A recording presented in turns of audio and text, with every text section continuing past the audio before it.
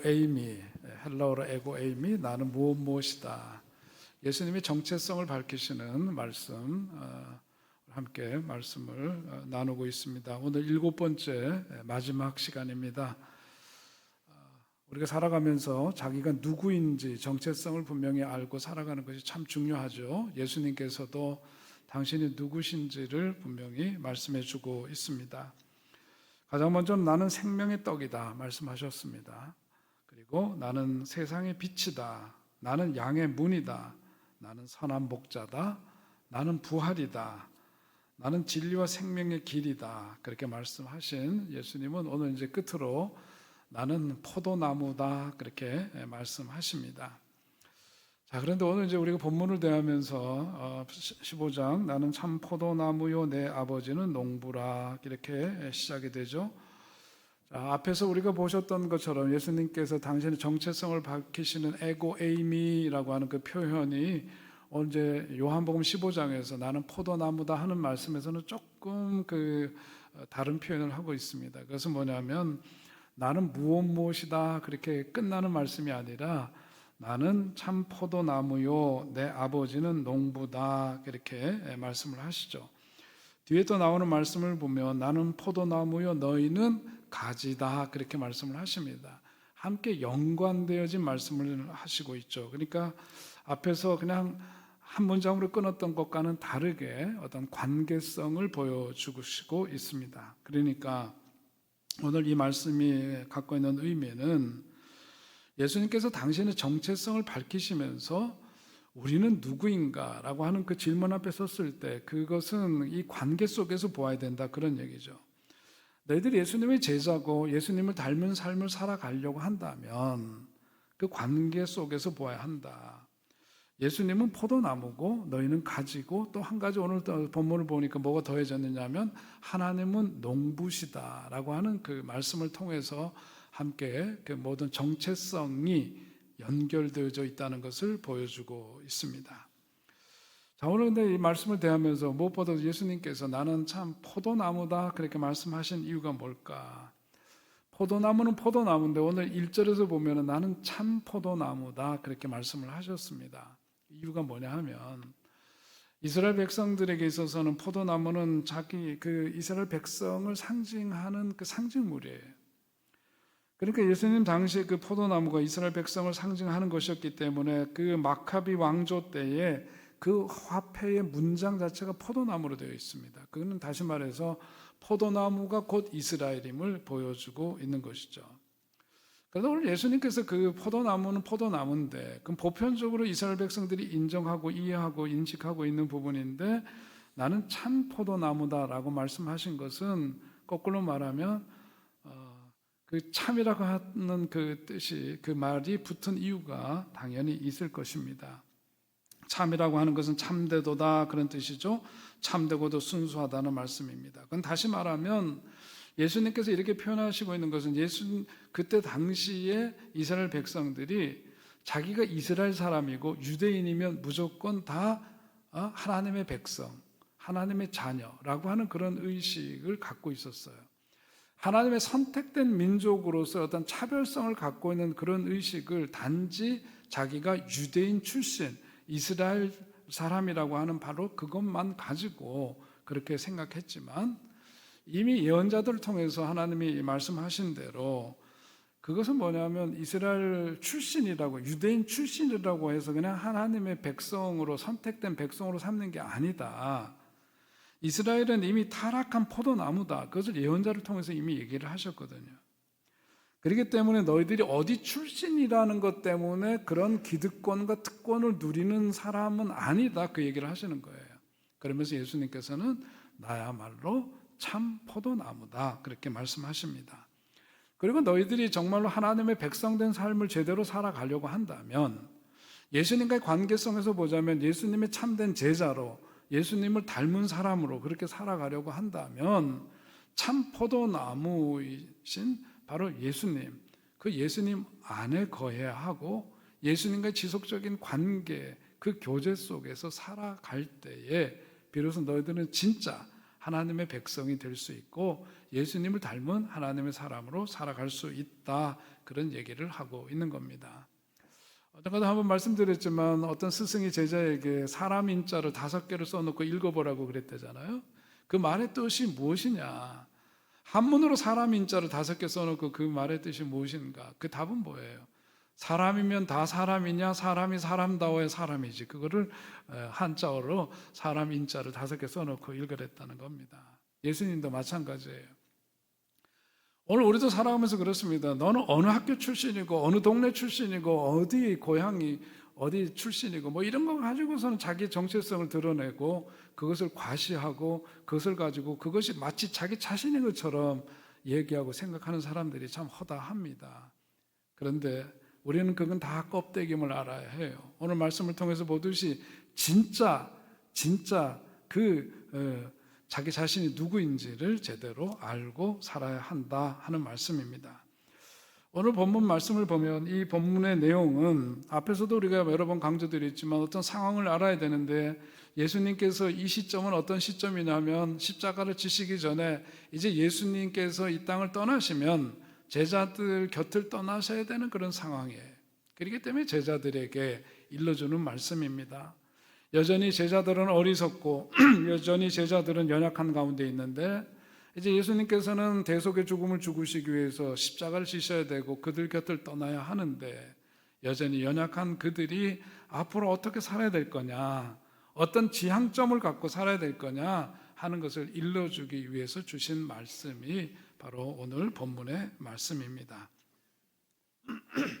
이런 이야기가 있어요. 어떤 그 수표 교도들에 관한 이야기, 거기에 나오는 이야기인데 어떤 젊은이가 아주 이른 새벽에 강가로 산책을 나갔습니다.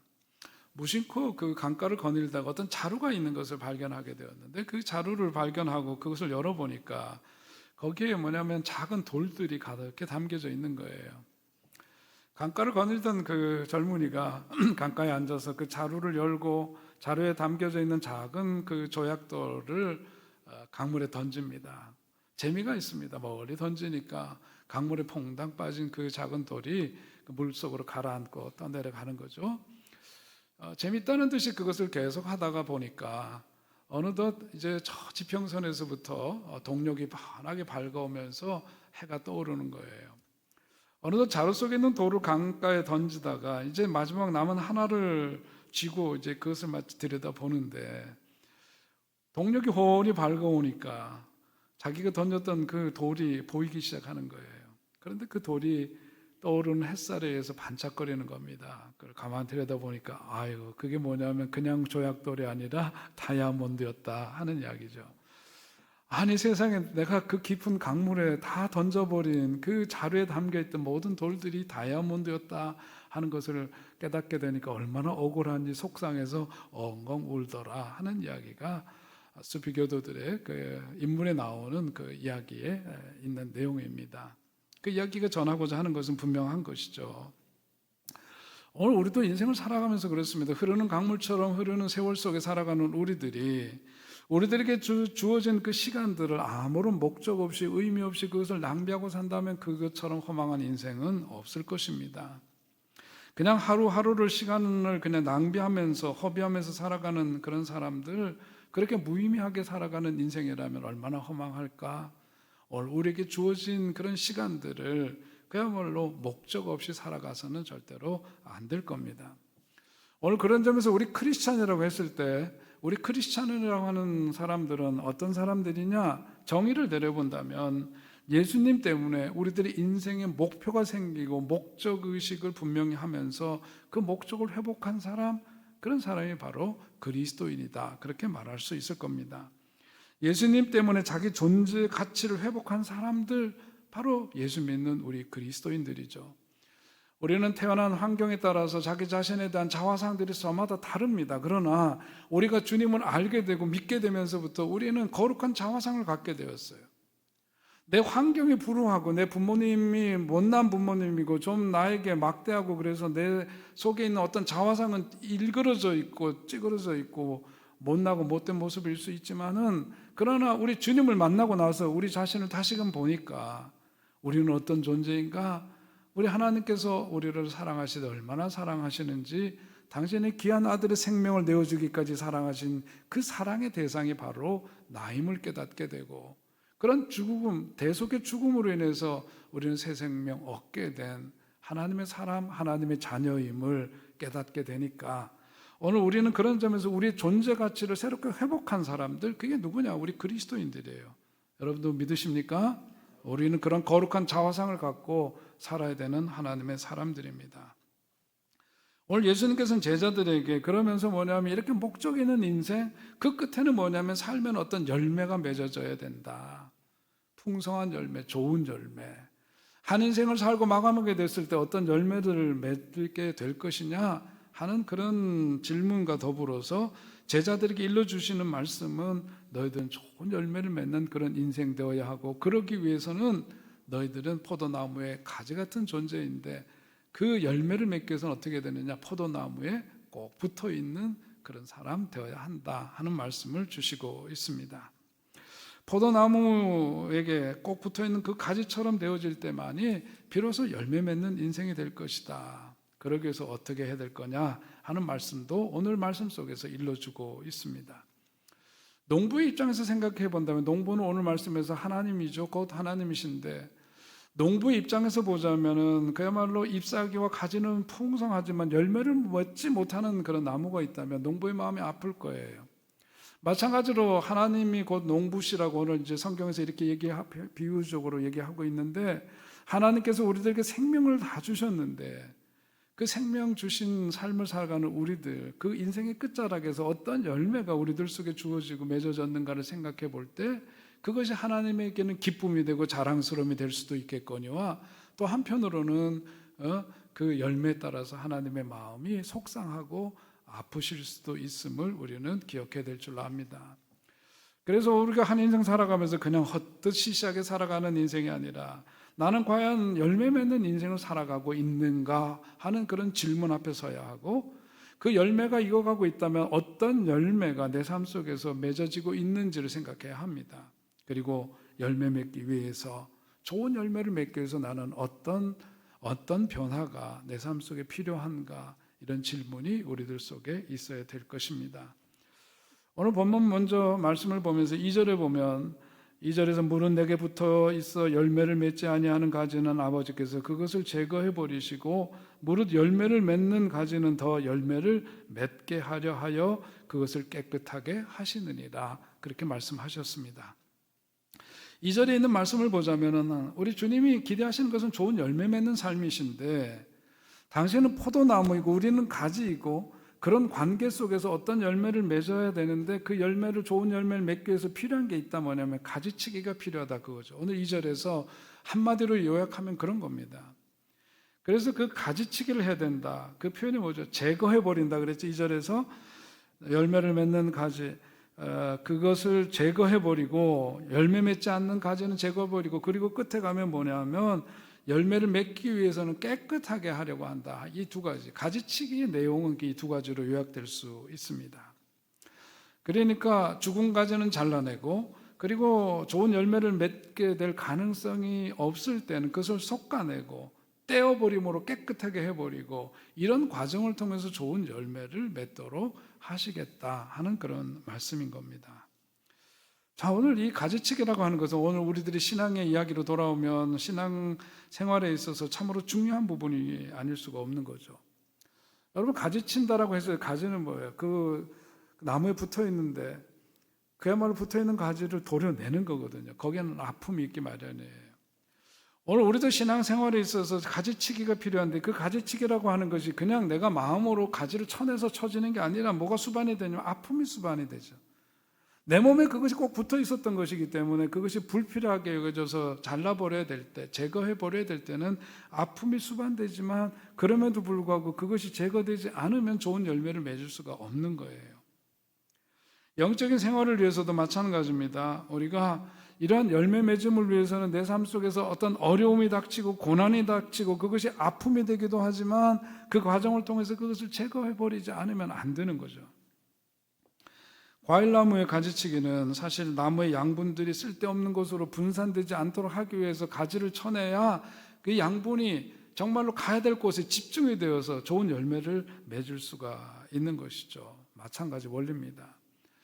그래서 하나님께서는 오늘 우리들이 인생 살아가면서 좋은 열매를 맺게 하기 위해서 때로는 내 삶 속에서 뭔가를 제거하기 위해서 아픔도 주시고 고통도 주시고 어떤 원치 않는 일이지만 우리들이 그런 일들을 감내하는 시간들을, 그런 기회들을 주시는 이유는 바로 좋은 열매를 맺도록 하기 위해서인 줄로 믿습니다.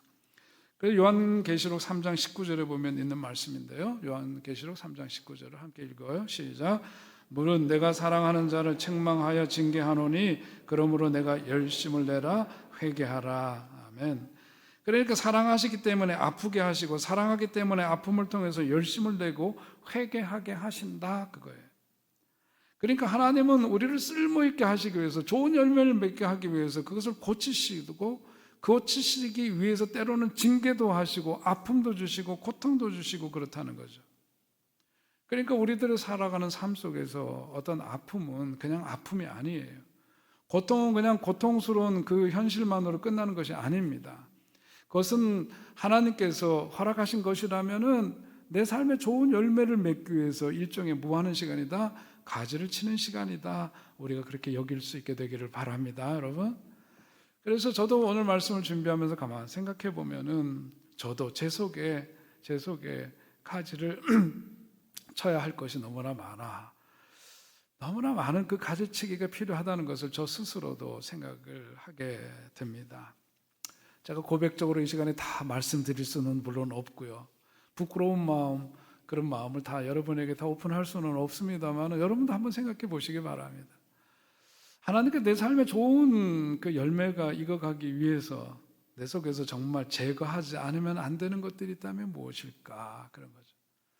저는 어떤 것을 차별하는 걸 참 싫어합니다. 굉장히 민감합니다. 그런 점에서 민감하죠. 그런 저이면서도 한편으로는 뭐냐면 싫은 건 굉장히 싫어해요. 호불호가 너무 많아요. 그래서 뭐냐면 정말 위선을 떤다든지 내숭 떨고 이러는 거 아주 지독해도 싫어요. 그래서 호불호가 그런 점에서 굉장히 좀 분명한 편이에요. 그러니까 이런 게 뭐냐면 어떻게 보면 목회자로서 무조건 수용적이고 하해와 같고 뭐 이렇게 그러면 좋으련만 그런 게 잘 안 되는 거거든요. 그런 걸 보면서 내 마음속에 있는 뭔가 옹해진 그런 부분들이 있기 때문에 아닐까, 그것을 떼어버리지 않으면 안 되고 깨끗하게 내 삶에서 씻어버리지 않으면 안 되는 것들이 있구나, 그런 생각을 저도 갖게 됩니다. 여러분들은 또 어떤 것이 있는지 모르겠습니다. 아무튼 내 인생에 있어서 좋은 열매가 맺기 위해서는 내 삶에서 제거하지 않으면 안 되는 게 있어요. 거기에 따른 아픔이 있더라도, 때로는 고통과 아픔을 통해서 그것이 내게 주어지더라도 그 속에는 하나님의 뜻이 있고 그런 가지치기를 통해서 좋은 열매를 맺고자 하시는 하나님의 분명한 선한 뜻이 있음을 여러분도 꼭 믿으시기 바랍니다. 그런 삶을 이루어가시는 여러분 되시기를 주의 이름으로 축원드립니다. 또한 풍성한 열매를 맺기 위해서, 좋은 열매를 맺기 위해서 오늘 예수님이 강조해서 거듭거듭 말씀하시는 게 있어요. 그게 뭐죠? 좋은 열매를 맺는 비결은 한 가지다. 예수님 안에 거하는 것이다. 그 얘기를 하시고 있습니다. 열매를 많이 맺어야 된다. 그런데 오늘 4절 말씀에 있는 말씀을 여러분 유심히 보시면은 거기 4절 한번 같이 읽어볼까요? 4절 시작. 내 안에 거하라. 나도 너희 안에 거하리라. 가지가 포도나무에 붙어있지 아니하면 스스로 열매를 맺을 수 없음 같이 너희도 내 안에 있지 아니하면 그러하리라. 아멘. 예수님 안에 거해야 좋은 열매를 맺는데 여기서 우리들이 분명하게 알아야 될 것이 있어요. 그건 뭐냐면 스스로 열매를 맺을 수 없음 같이, 바로 그 대목입니다. 열매는 내가 만드는 게 아니라는 것을 일러주는 거죠.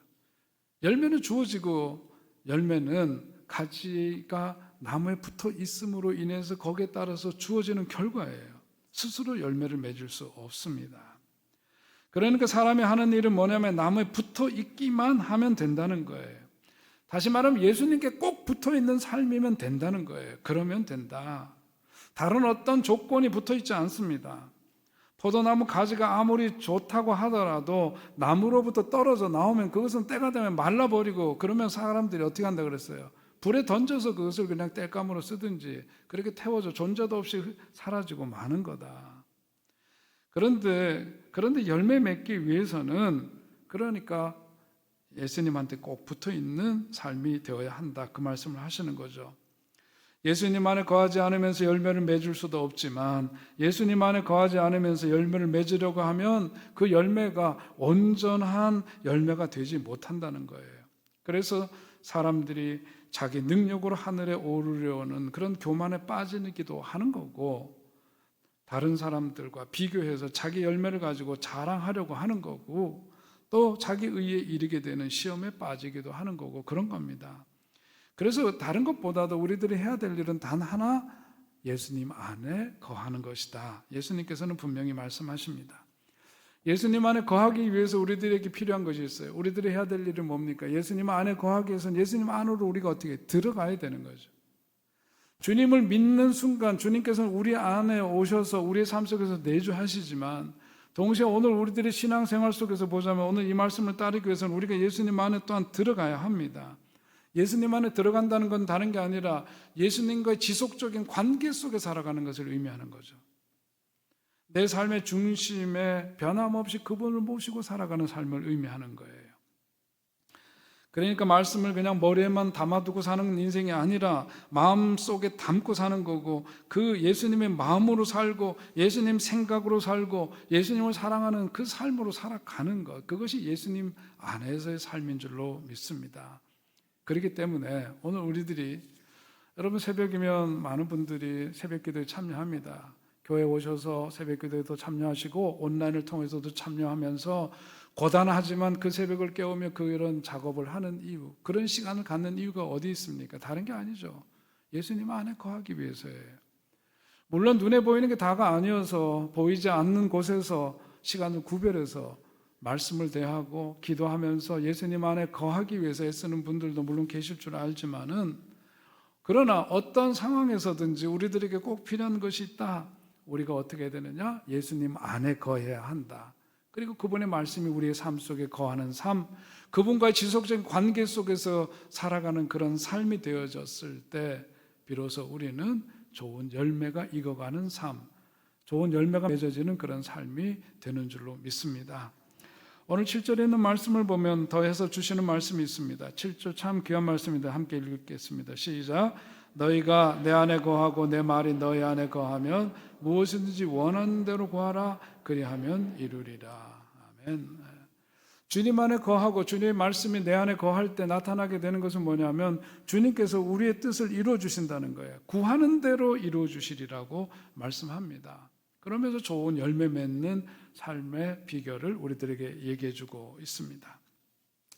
저는 오늘 말씀 묵상하면서 보네포 목사님께서 했던 그 말씀이 생각이 나는데, 우리 함께 이 시간 그 말씀 함께 좀 읽으면 좋겠습니다. 보네포 목사님, 우리가 잘 아는 대로 나치 독일에 항거하다가 순교한 그런 목사님이신데요.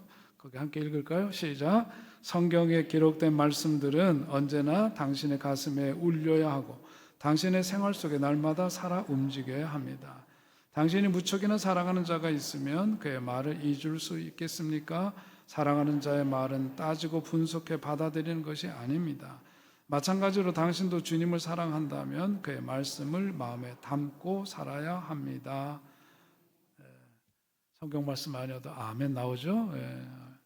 여러분 참 귀한 말씀인데요. 우리가 정말 주님의 사랑 가운데 거하고 우리가 역시 주님을 사랑한다면 말씀을 마음에 담고 살아야 된다는 거예요.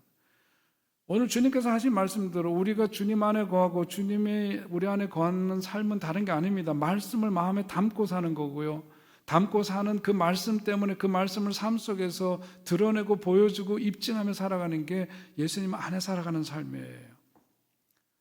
여러분 성경을 다르게 얘기하면 경전이라고도 얘기를 합니다. 경전은 영어로 얘기하면 뭐냐면 캐논이에요. 캐논. 캐논이라고 하는 말은 카메라 이름이 아니고 캐논은 뭐냐면 표준이라는 뜻이죠. 그 말의 뜻은 어떤 것을 재는 잣대라고 하는 겁니다. measuring, 잣대예요. 그것을 측량하는 어떤 도구이고 표준이 되는 도구임을 말하는 거죠. 그러니까 말하자면 하나님의 말씀이 나의 인생을 평가하는 뭐가 돼? 잣대가 되어야 한다 그거예요. 성경을 캐논이라고 하는 이유가 바로 거기 있는 겁니다. 그러지 않고 내 잣대로 하나님의 역사를 함부로 평가하면 그것은 잘못된 것이죠. 하나님이 원하시는 생각으로, 하나님의 마음으로 나의 생각과 나의 마음을 잣대질하는 것, 그게 그리스도인들이다. 그러니까 세상을 하나님의 마음으로 보고 하나님의 생각으로 판단해야 하는 사람들, 그게 바로 우리 그리스도인들임을 알아야 해요. 그렇기 때문에 우리가 세상을 바라보는 시각도 그렇거니와 특별히 교회 일을 하면서도 그렇습니다. 세상의 가치관을 가지고 평가하고 그것을 자꾸 잣대로 대면 안 돼요. 그러면 본인도 힘들고 남도 힘들어요. 교회는 그런 곳이 아니에요. 중심에 하나님의 말씀이 있고 예수 그리스도 안에 거하는 믿음으로 교회를 생각해야 합니다.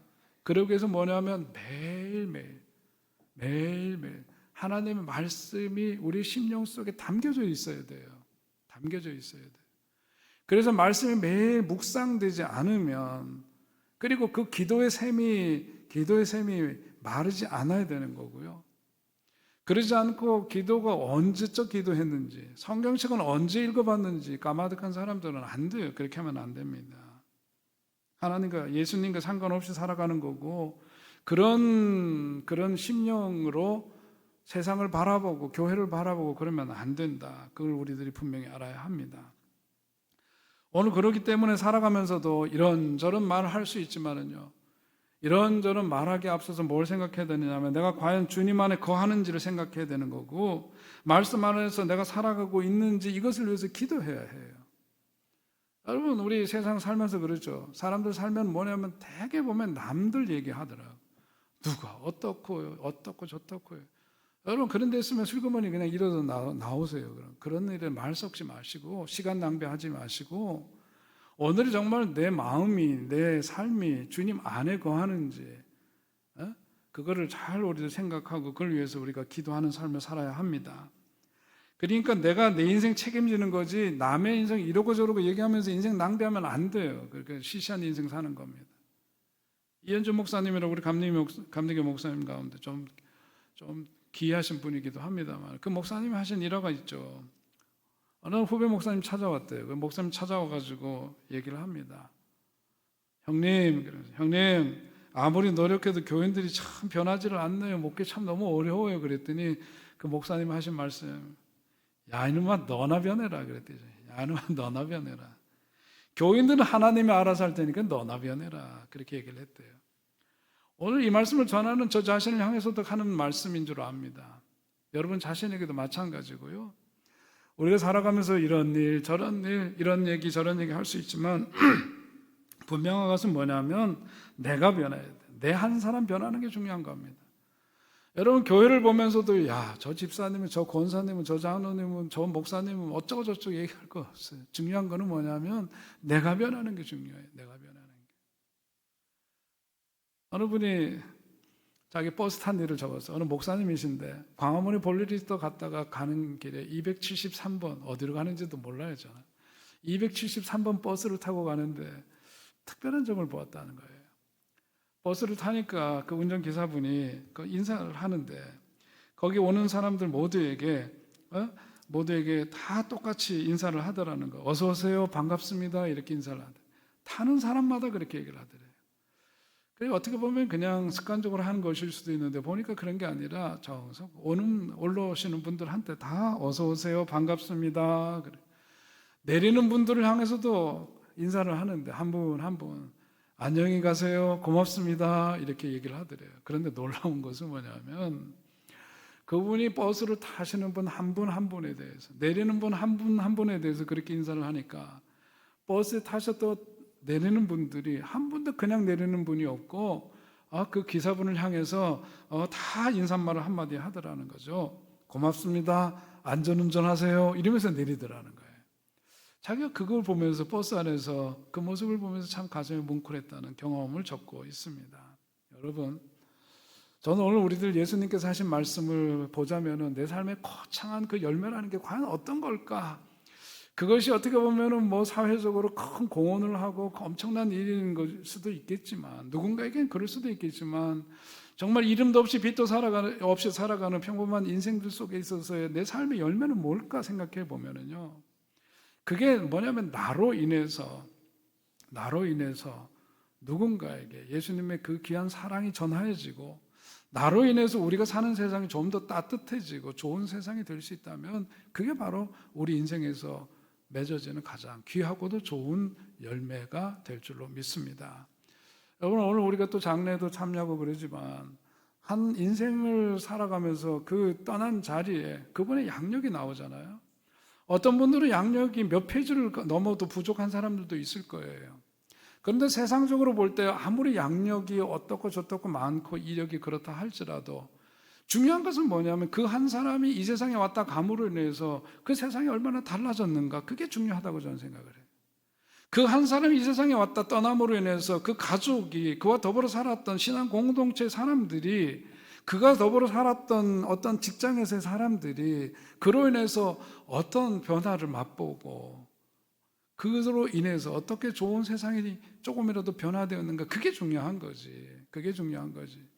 그 사람이 어떤 높은 자리에 있었고 그 이력이 얼마나 화려했는가, 그것은 하등 중요한 것이 아니라고 봅니다. 오늘 예수님께서 말씀하시는 것도 바로 그런 점이라고 봐요.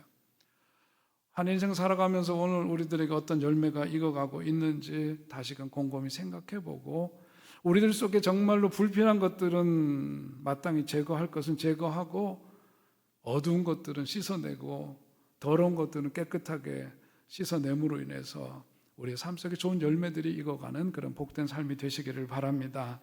성경에 보면 사도행전의 역사 속에서 제자들을 뽑는데 가룟 유다가 그렇게 죽고 나서 사도를 뽑는 작업을 합니다. 제비 뽑기를 하죠.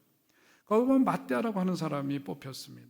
마떼아라는 사람이 그 이름을 올렸습니다마는, 마떼아는 그때 그렇게 가룟 유다를 대신해서 12명 사도 가운데 한 사람으로 뽑힘을 받았지만 그가 어떤 일을 했는지 성경은 전혀 언급하지 않습니다. 뽑히기는 했지만 그냥 살다가 죽은 거예요.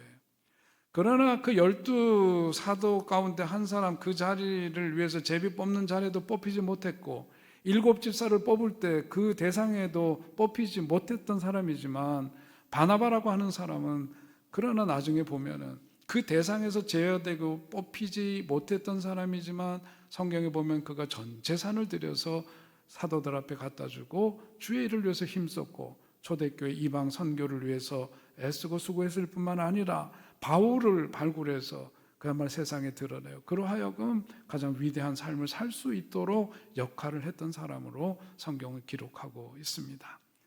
오늘 저와 여러분의 삶이 오늘 주님 안에 거하고 주님의 말씀이 우리 안에 거함으로 인해서 오늘 우리도 그런 삶을 살아가고 그런 삶의 열매가 우리 삶 속에서 매일매일 무르익어가는 그런 복된 삶이 될 수 있기를 주의 이름으로 축원드립니다.